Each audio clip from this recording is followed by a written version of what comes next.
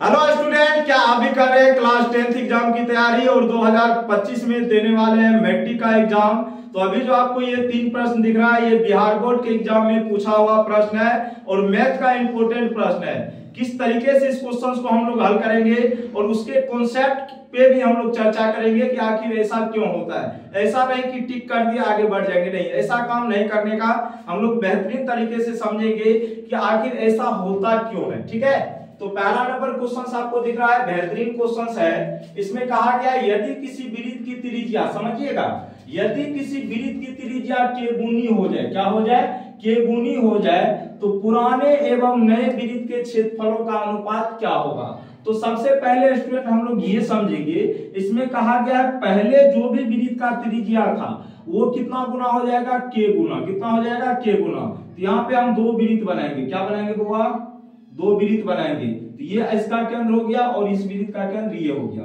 तो केंद्र से परिधि तक की दूरी को हम लोग क्या बोलते हैं, त्रिज्या। और यहाँ भी केंद्र से परिधि तक की दूरी को हम लोग क्या बोलेंगे, त्रिज्या। कोई दिक्कत? लेकिन याद रखिएगा, पहले इसने ये कहा पहले जो भी वृत्त का क्षेत्रफल था, तो पहले वाला वृत्त मेरा ये हो गया, मतलब पुराना वाला।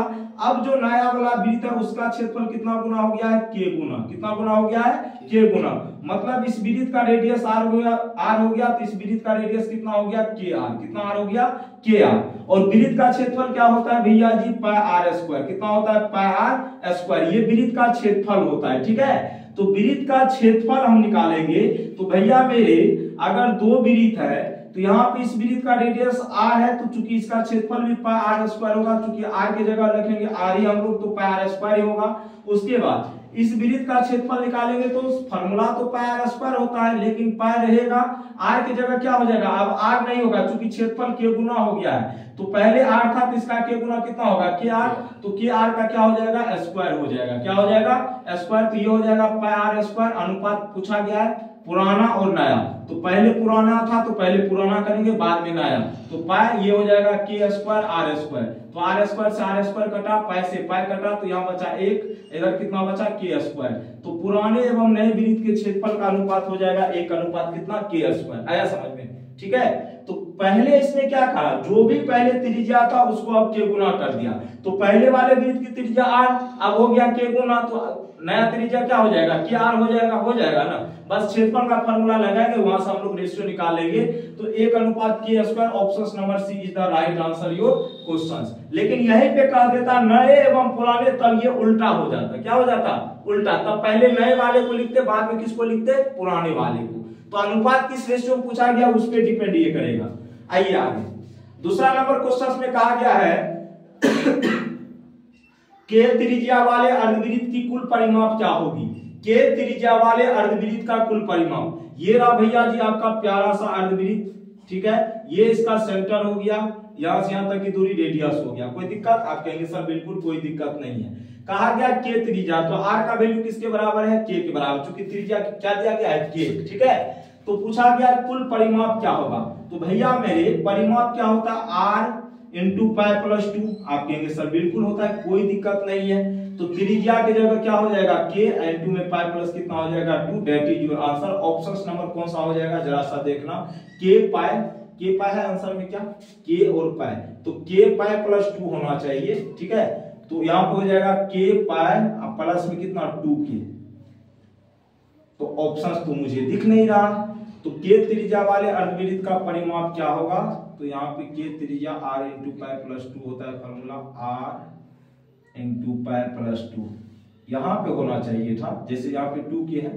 ठीक है, 2 के प्लस, इसको आप ऐसे कर लो, यहाँ पे या तो ऐसे हो जाएगा, इसको हम ऐसे भी कर सकते हैं, 2 पाई प्लस कितना हो जाएगा, 2 के। नहीं तो ऐसे कर लो, के इंटू क्या हो जाएगा, पाई प्लस कितना, 2। कितना हो जाएगा, K into pi plus 2। R into pi plus 2 होता है ना, तो उसी तरीके से के इंटू पाई प्लस 2 किसमें है, किसी ऑप्शन में तो नहीं है, इसी को आप कर सकते हैं, कोई दिक्कत नहीं है। अगर है तो आप देख लो, कोई प्रॉब्लम नहीं है। ठीक है, अब हम लोग नेक्स्ट क्वेश्चन की तरफ बढ़ेंगे। तो के त्रिज्या वाले अर्धवृत्त की, हाँ ठीक तो है, फॉर्मूला जो होता है आर इंटू पाई प्लस 2, उसी पे इसको बैठा देना। चलो आगे चलते हैं, अगला नंबर क्वेश्चन, और ये लास्ट प्रश्न है आपका। ठीक है, ध्यान देंगे। कहा गया है 2 चक्करों में 42 सेंटीमीटर व्यास के पहिए के द्वारा तय की गई दूरी क्या होगी। ठीक है, तो पहिए के द्वारा तय की गई दूरी हमें निकालना है। तो भैया पहिया कैसा होता है, तो ऐसा होता है, ठीक है। ये आपका कोई पहिया हो गया, क्या हो गया, पहिया। ये सब इसका रेडियस हो गया, क्या हो गया, रेडियस।